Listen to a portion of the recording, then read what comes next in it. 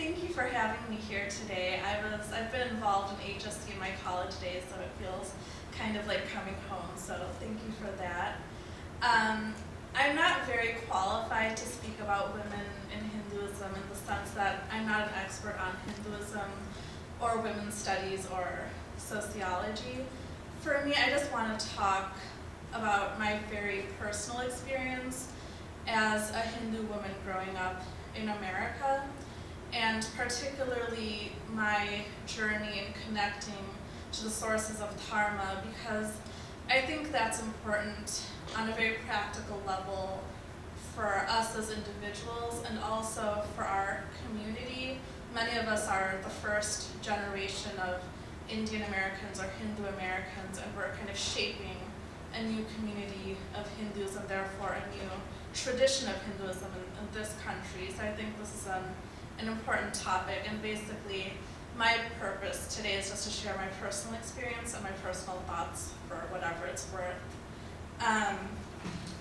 So from my youth, I was very drawn to Hinduism, but I had some doubts being a woman. One was that I felt kind of unable to live up to the ideals as I perceived them back then, like the idealization of Sita or Gandhari or different female figures. And that was kind of in the presentations of, the TV serializations of the epics and things like that, how these women were portrayed. And I just felt like there's no way I can be like that. And so therefore, is it not possible for me to be a good Hindu woman? And another thing that I kind of struggled with was, well, if I'm a woman, do I have to be reborn as a man to get moksha? And these were kind of very personal struggles that I felt. And my way of approaching it was to try to connect to my Hindu heritage and to my dharma. And the way that I would do that is I would try to read books by our spiritual masters in Hinduism, so books by Swami Vivekananda, Swami Shivananda, and I would try to read the English translations of our Puranas and our Itihasas, which are the two epics of our tradition, the Ramayana and the Mahabharata.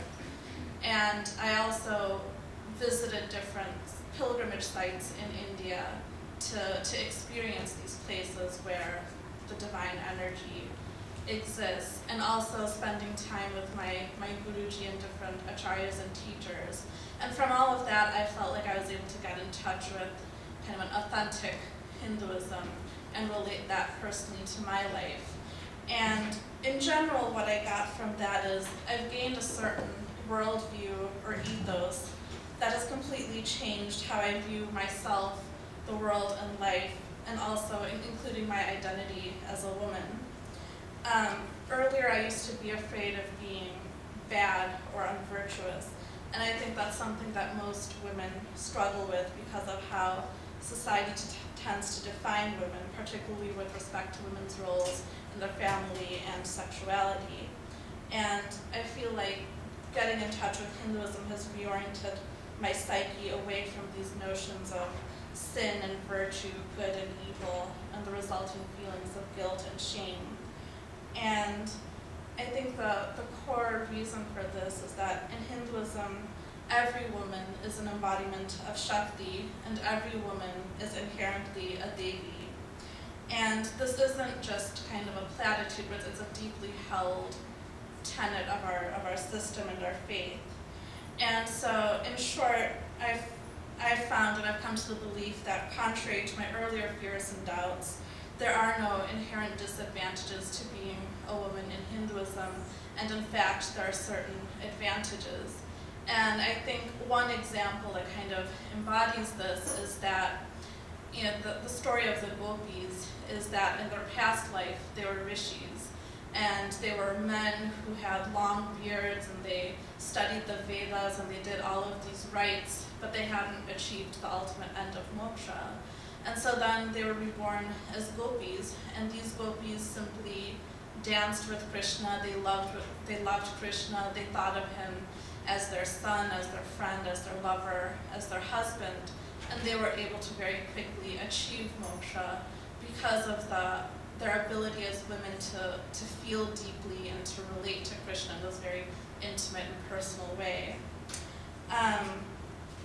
So what I wanted to share is, I'm not talking about Hindu goddesses today. I want to talk about Hindu women and some of the important Hindu female figures from our literature and from our traditions.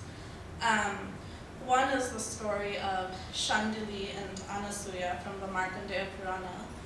And in this story, there was a man named Koshika who was, in almost all respects, a bad husband and a poor example of a human being.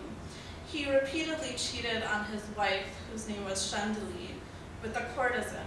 And even when he was sick with leprosy, he wanted to visit the same courtesan. And then he was physically unable to walk to the courtesan's house, so his wife Shandili, who was unbelievably devoted, carried him upon her shoulders to the other woman's house, which is, if you can imagine that, that's just undertaking the worst type of pain for the sake of her husband's pleasure. It so happened that on the way to the other woman's house, Shandili accidentally stepped upon the holy sage Mandavya, who was enraged and then cursed that she and her husband would die the next day. So Shandili, who had so much spiritual power and tapas from her devotion to her husband, made it impossible for the sun to rise the next morning. And like this, many days passed without the sun rising, and so she and her husband did not die. And the gods were aghast but powerless at this development, because they couldn't, even all of the gods couldn't contravene her power to stop the sun from rising. So they finally had to go to another woman to help them out of this dilemma, and that woman was Anasuya. And she had so much spiritual power that they felt she could solve the problem. So she went to Shandili and promised her that the Rishi's curse would not come true and that they would not die if she would permit the sun to rise again. And while the solution seemed simple, it was because Anasuya had so much spiritual power and energy that she was able to carry this off, something that even the Devas could not carry off. These are kind of held as paragons of virtue, but in our tradition, it's not necessary for a woman to be a paragon of virtue, to have similar powers, and to be revered as a Hindu woman. And so there's the story of Gandhari from the Mahabharata.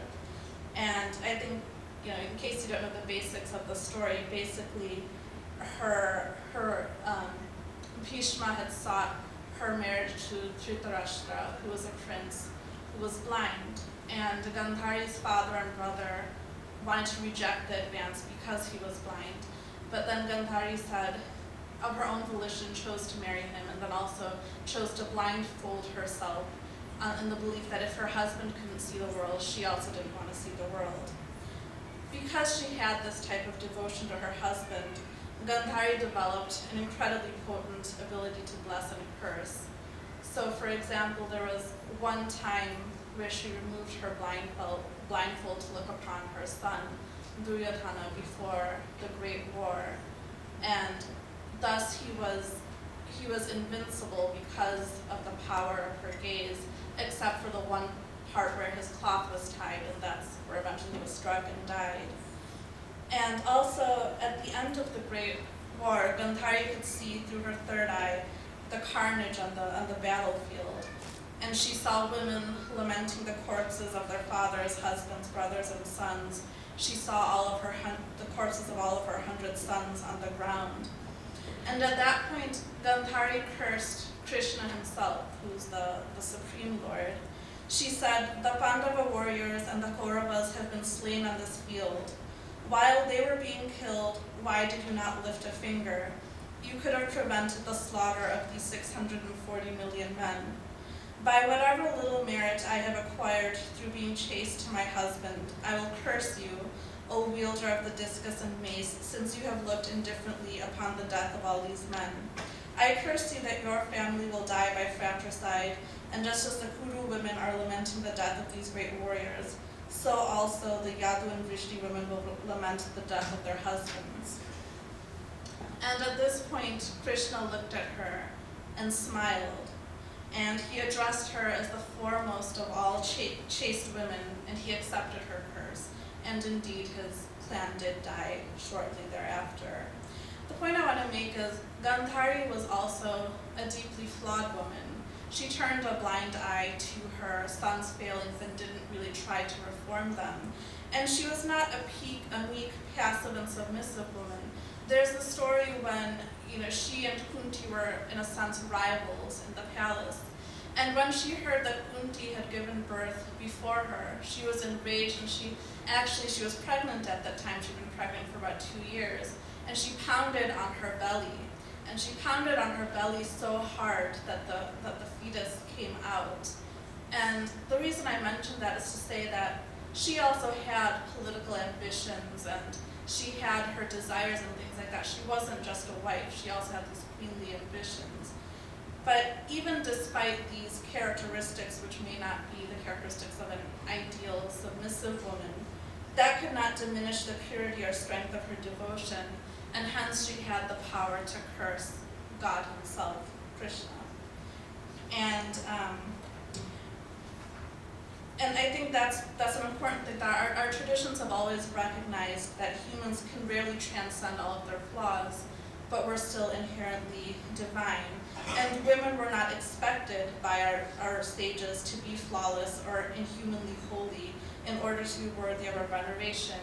There's a saying that do not ever ask about the origins of a rishi, a woman, or a lotus, because these three things are all held to be very pure, but just as the lotus has its roots in the mud, so also a rishi and a woman go through their own foibles and their own flawed histories to get where they are.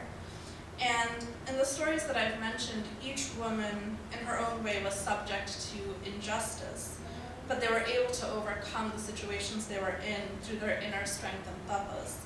And in the Hindu worldview, you rarely find a story where life is what we would call fair, although from another perspective, everything is just the result of our karma.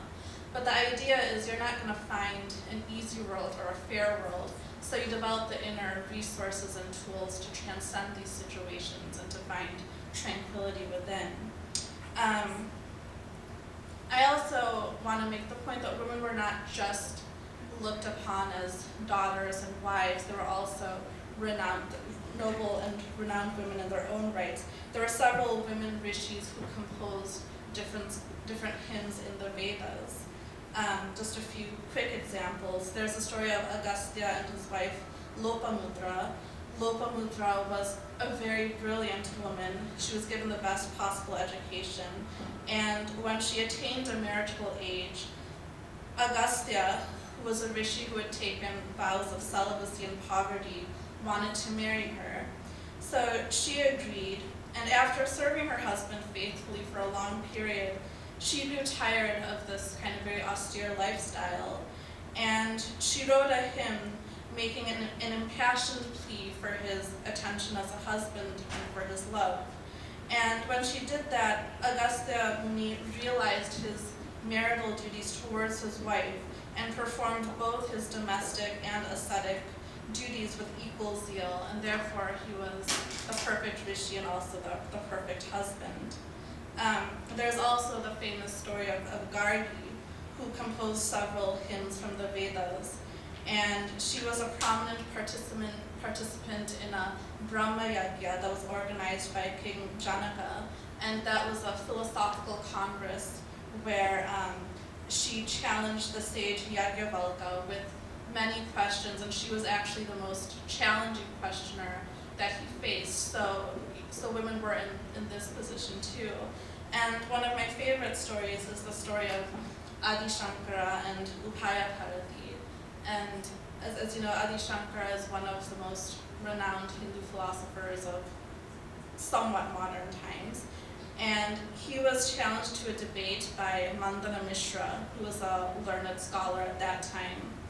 They both agreed that Mandana Mishra's wife, Upaya Bharati, who was a renowned scholar in her own right, would be the referee of the debate, and that the loser of the debate would become the disciple of the winner.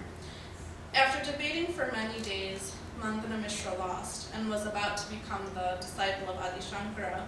At that time, Upaya Bharati challenged Adi Shankara to debate her on the grounds that since she and her husband were one person after marriage, he would have to defeat both of them in order to win the debate. Adi Shankara accepted her challenge, and he was doing well in the debate until Upaya Bharati began posing intricate questions on the science of erotics. And in the appropriate context, this is also considered a topic of sacred discourse and knowledge of within Hinduism, and so therefore Adi Shankara did go along with this course of questioning and didn't challenge her authority to ask about that. And so from these stories, I think you can tell there is, within the Hindu tradition, an elevated status of women. We already saw the quote from the Manu Samhita earlier, so I won't repeat that. But another quote from that also says that one acharya or teacher excels 10 upadhyayas, which are instructors, in glory. A father excels 100 acharyas in glory, but a mother excels even 1,000 fathers' glory. Also in our tradition, we say that half of whatever punya or spiritual merit is attained by the husband automatically is transferred to the wife. On the other hand, the wife receives none of the papa or the spiritual demerit of her husband, and none of the punya of the wife is transferred to her husband. And the reason for that is because the unique status of women in helping men achieve their growth and development, and in her sacrifices for her family, so she's recognized as such. Also, the term for a woman of the household is grihini, which means owner of the home, whereas the term for men is grihast, which means actually the resident or the guest of the home. And what that also indicates is that the home is really the realm of the women. She's the devi of the home, and the man is just the guest. So that's her special realm. So you could ask, how is all of this relevant to modern American society and to Hindu women growing up here? The times are changing. Women are entering the workforce more and more, taking up roles traditionally assumed by men. And so the practices of the past do not have the same application today. So what then is the use of knowing these things of our traditional ways if they are no longer practicable in modern times? My answer would be that the wisdom of what our sages and our scriptures recognized about the nuances of human nature, of the differences in psychology and psyche between the sexes, of the mystical and inherent significance and power of the female should not be lost, even in our day and age. It must be revived because even though there are changes in times and that changes how we it changes how we interpret certain of these lessons or stories, the principles themselves are unchanging. And it is important that we rediscover what we once knew about the true nature and power of women. Especially for those of us here, this is a new era, it's a new society, it's a new place where the seeds of Hinduism are being replanted. And so there's also going to be a new way in which we define Hindu womanhood in the context of America. And in that context, I'd also like to share the story of Shweta-Ketu from the Mahabharata. This story is, Shweta-Ketu's father was a renowned rishi named Udalaka,